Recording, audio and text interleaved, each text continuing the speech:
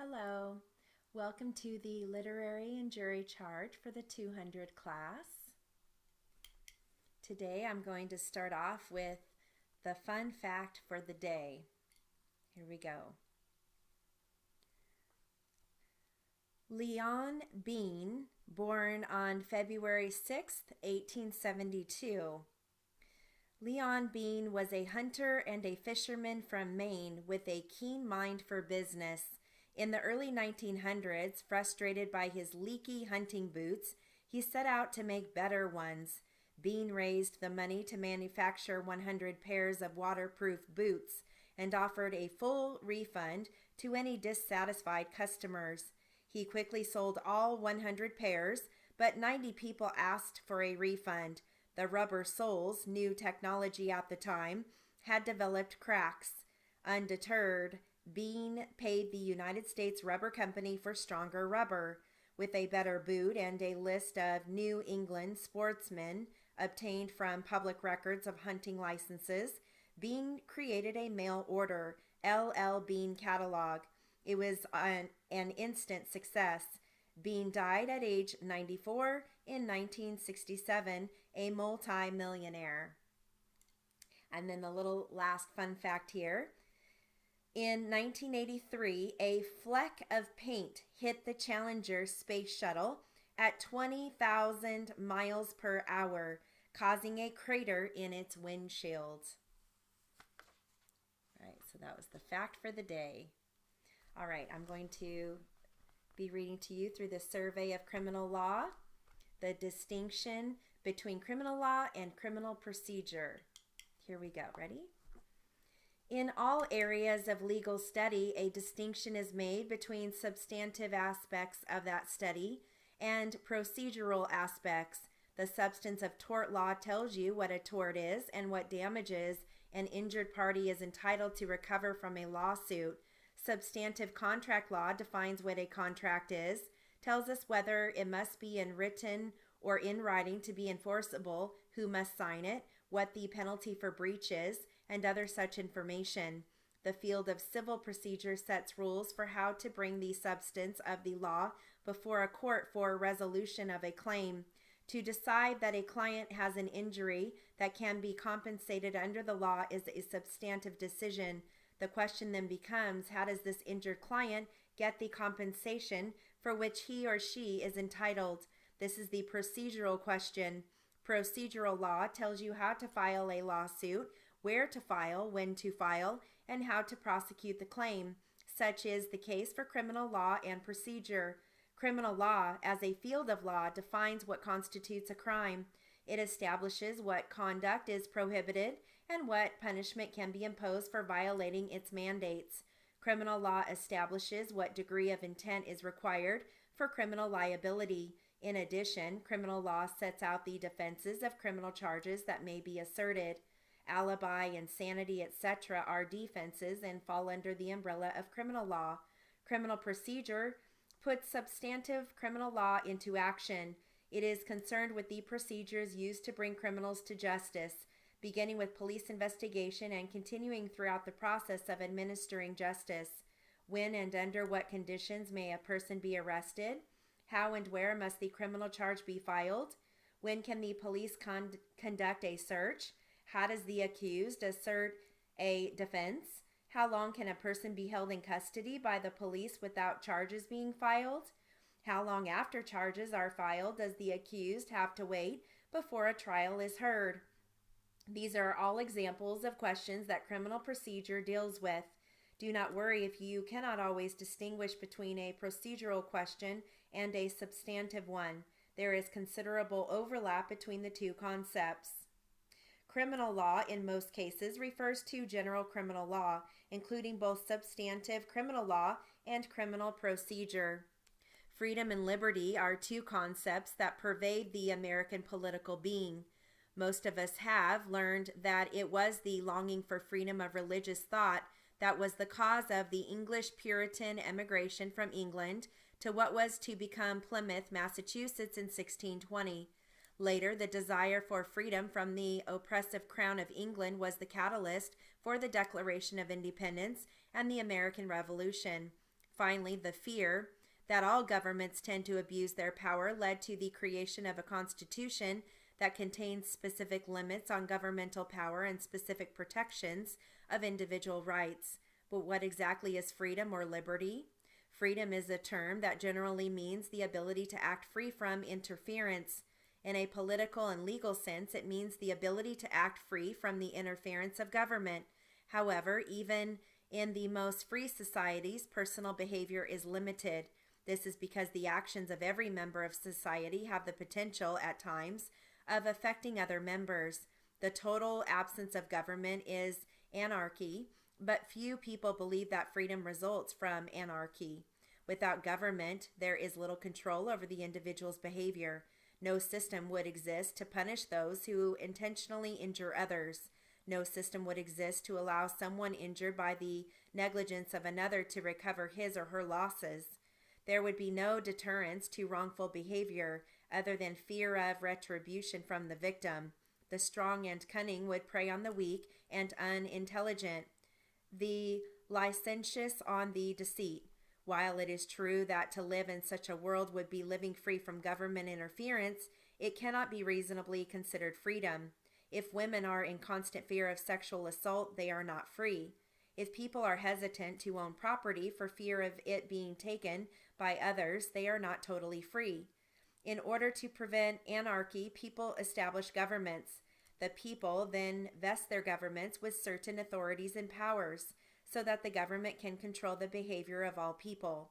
The forefathers of the United States did this when they met in Philadelphia to draft the Constitution of the United States. Some characterize the relationship between the democratic form of government and its people as a contract. The people give up some freedoms in an effort to secure other freedoms. The preamble to the United States Constitution recognizes this principle. It states, "We, the people of the United States, in order to form a more perfect union, establish justice, ensure domestic tranquility, provide for the common defense, promote the general welfare, and secure the blessings of liberty to ourselves and to our posterity, to ordain and establish this Constitution for the United States of America." The concept is also found in the Declaration of Independence, where Thomas Jefferson penned that all men are created equal, that they are endowed by their Creator with certain unalienable rights, that among these are life, liberty, and the pursuit of happiness, that to secure these rights, governments are instituted among men, derived their just powers from the consent of the governed. So the contract is formed. The people are to receive the benefits of an organized, fair government. A government is to establish laws designed to protect the people from one another and from our or other nations. In exchange, the people agree to comply with the laws created by their government.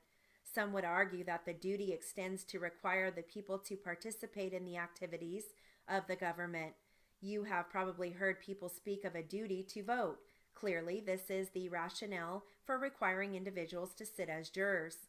Every government is different. Some governments permit little or no political participation by the people. Others permit more. In those nations where the people are active participants, the rights and duties of individuals can vary significantly. This is because values are very different from culture to culture. Hence, what one society believes to be an important freedom and protects from government interference may not be so valued by other societies. However, one fact that is true of nearly all nations is that governmental involvement with the affairs of the people is continually increasing. This is due in part to the fact that people are less independent. That is, the members of society now depend on one another to provide goods and services that were once commonly self-provided. In addition, the staggering increase in world population has caused people to have much more contact with each other than they did 100 years ago. The greater the population contact between and dependence of people on one another, the greater the number of conflicts that will arise, requiring government intervention. As the population and dependence of people increases, so does the likelihood that one person's action may affect another. A person who lives alone in a forest, far from other people, can scream loudly in the middle of the night without bothering anyone. He or she could dispose of trash in any manner desired. in that same person, or if that same person lived in the middle of a city, the scream would wake people, and the improper disposal of trash could cause the spread of disease, as well as create an unpleasant environment. As the number of contacts between members of a society increases, so does the number of conflicts requiring government intervention. Even if the parties involved do not desire legal intervention to resolve their conflict, society will sometimes intervene through its government to prevent unacceptable behavior. For example, society has decided that duels are not an acceptable method of resolving disputes, even if two individuals wish to use this method. The government will try to prevent such behavior from occurring. If the duel isn't discovered until after the fact, then the parties involved may be punished for participating. As the need for government involvement in private lives of citizens increases, it becomes more difficult to protect individual rights, also known as civil liberties. Although we, the people, have bestowed upon our government certain powers which have the effect of limiting our power or behavior, we have also specifically created civil rights which the government may not encroach upon. Many of these rights are contained in the first 10 amendments of our Constitution, which are commonly known as the Bill of Rights. As the world becomes more populated and complex, the balance between permissible government involvement in the private lives of its citizens and impermissible encroachment upon those citizens' civil liberties becomes harder to maintain. As that line becomes thinner, the duty of the lawyer and legal assistant to be zealous in preparation of their defenses increases. As previously discussed, the attempt to control people's behavior is achieved through both civil law and criminal law. Generally, society reserves only those acts that are perceived as serious moral wrongs or extremely dangerous for sanction under criminal law. Those acts that are accidental or are not serious breaches of moral duty are usually not criminal, but may lead to civil liability. Thoughts about which acts should be considered under each category are very subjective and often change because a problem may intensify or because the public perceives an increased problem even though the situation may not be any different than years before. For example, the 1980s saw an increased effort to stop people from driving under or driving while under the influence of alcohol. Many states enacted new laws increasing the penalty for violating their DUI statutes. In addition, a few states limited police discretion by requiring that violators be arrested. The practice, once exercised by many police departments of driving drunk drivers home, was stopped by legislative command. At one time, it can be argued that civil law was as much of a deterrent to driving under the influence as was criminal. Fear of civil liability for causing property damage or personal liability was as great as fear of criminal liability due to the inconsistent and often minor penalties which followed convictions for driving under the influence. However, as public concern over alcohol-related automobile accidents increased, the focus turned to criminal law to prevent such behavior. Increased penalties, consistent arrest policies, and mandatory alcohol treatment for those convicted are now common.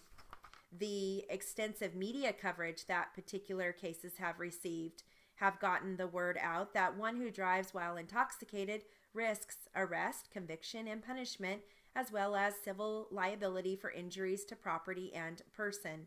What this example teaches is that society determines what acts will be treated as criminal based on public perceptions of morality, the importance of deterrence, and the danger posed to the public by acts in question. Do not forget that criminal acts are often the subject of civil suits. This is not always true. Okay, we'll stop there. I have a story, a literary story for you. Soaring Free. Okay, it's going to start out with, it is not easy to find happiness in ourselves and impossible to find it elsewhere. Okay, here we go. A new home, a swimming pool in the backyard, 2 nice cars in the driveway, and my first child was on the way. After 9 years of marriage, I had it all, or so I thought. I was only days away from delivering my first child when a conversation with my husband shattered the world I lived in. I want to be here for the baby, but I don't think I love you anymore, he said.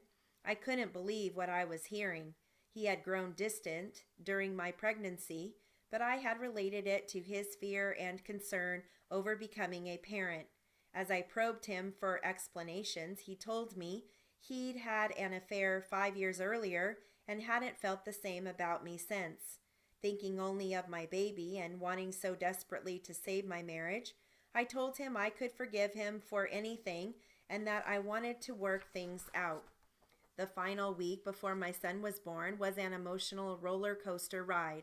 I was so excited about the baby, so scared that I was losing my husband, and feeling so guilty at times because I thought it was the baby's fault that all this was happening. TJ was born on a Friday in July. He was so beautiful and so innocent. He had no idea what was happening in his mother's world. He was 4 weeks old when I discovered the real reason for his father's distance. Not only had he had an affair for 5 years, but he had started another affair during my pregnancy that was continuing. So TJ and I left the new home, the swimming pool, and all of my broken dreams behind when he was 5 weeks old. We moved into an apartment across town. I sank to depths of depression that I hadn't known existed. I had never before experienced anything like the loneliness of spending hour after hour alone with a newborn infant. Some days the responsibility of it all overwhelmed me, and I would shake with fright. Family and friends were there to help, yet there were so many hours filled with thoughts of broken dreams and despair. I cried often, yet I made sure that TJ never saw me cry. I was determined this wasn't going to affect him. From somewhere inside, I always found a smile for him. The first 3 months of TJ's life passed in a blur of tears. I went back to work and tried to hide from everyone what was going on. I was ashamed, though I don't know why. It was a Saturday morning when TJ was 4 months old that I hit the bottom. I had just had yet another emotional discussion with my husband, and he had stormed out of my apartment. TJ was sleeping in his crib, and I found myself sitting on the bathroom floor, curled up in a ball, rocking back and forth. I heard myself say out loud, "I don't want to live anymore." After saying it, the silence was overwhelming. I believe that there was someone upstairs watching me that day. After saying it, I felt there was a silence for a while, letting the tears flow down my cheeks. I don't know how much time passed, but from somewhere within me arose a strength I hadn't felt before. I decided then and there to take control of my life. I was no longer going to give my husband the power to affect my life in such a negative way. I realized that by focusing so much of my attention on his weaknesses, I was allowing those weaknesses to ruin my life. That very same day, I packed a suitcase for TJ and myself and went to spend the weekend at my brother's house. It was the first trip I'd taken by myself with TJ, and I felt so strong and so independent. I remember on the 2-hour drive, I laughed, talked, and sang to TJ all the way. It was during that trip that I realized what a savior my son had been to me during all those months. Knowing that he was there every day and that he needed me had kept me going and given me a reason for getting out of bed in the morning. What a blessing he was in my life. From that day forward, I forced myself to focus on the confidence and strength that had brought me up from the bathroom floor. Having changed my focus to such positive thoughts, I couldn't believe the difference it made in my life. I felt like laughing again, and I enjoyed being around people for the first time in months. I began the process of discovering the individual I had kept hidden inside myself for so long, a process that I am still enjoying today.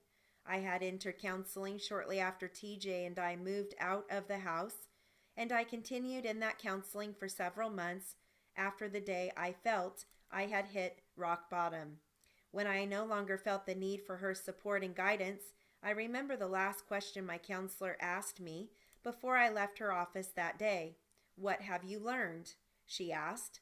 I didn't even hesitate in answering. I've learned that my happiness has to come from within. It is this lesson that I am reminded of every day and that I long to share with others. I had made the mistake in my life of basing my identity on my marriage and all the material things surrounding that relationship. I've learned that I am responsible for my own life and happiness. When I focus my life on another person and try to build my life and happiness around that person, I'm not truly living. To truly live, I need to let the spirit within me be free and rejoice in its uniqueness. It is in this state of being that the love of another person becomes a joy and not something to be afraid of losing. May your spirit be free and soar high. And her name is Lori Waldron. Okay, that concludes our literary and jury charge for the 200 class.